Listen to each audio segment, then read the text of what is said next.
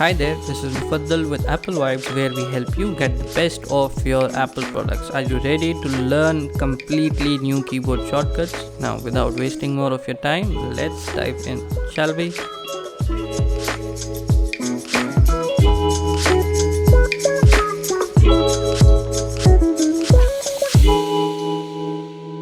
I'm pretty sure you didn't know that if you select an image, you could press Command and L or Command and R together and it will rotate that image without even opening the image in preview. Command and L to rotate it left and Command and R to rotate it towards the right. Also, there's one more shortcut here. You know we can assign different color tags to various files, right? But did you know you could also assign them using keyboard shortcuts like this? You can try it out from Ctrl+2 for this color. And it goes up till Ctrl+7 for all different colors. So you can try it out from Ctrl+1, 2, 3, 4, 5, 6, 7, whichever color you want to assign. Just try it out for yourself.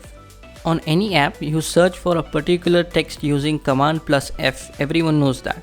But a keyboard shortcut to absolutely remember here is after searching, if you hit Command+G, it will take you forward in the search results.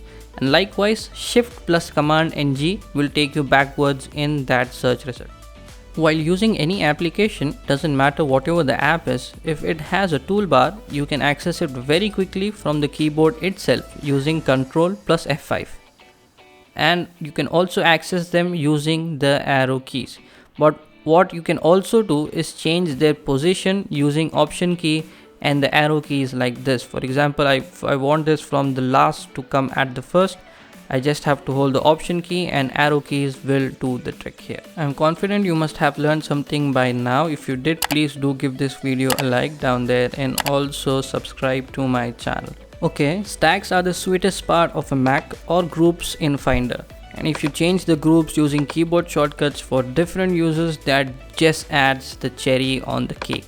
Now you can select between Ctrl+Command+1 to Ctrl+Command+7 for different groupings. For example, if you want it to be according to the date or modified or whatever you want, you can choose it between Ctrl+Command+1 to Ctrl+Command+7, may it be at the desktop or in the Finder itself.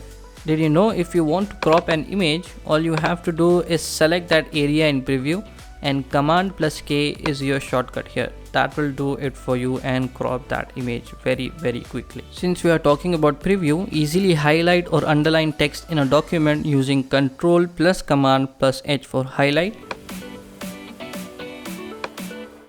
and Ctrl+Command+U for underline.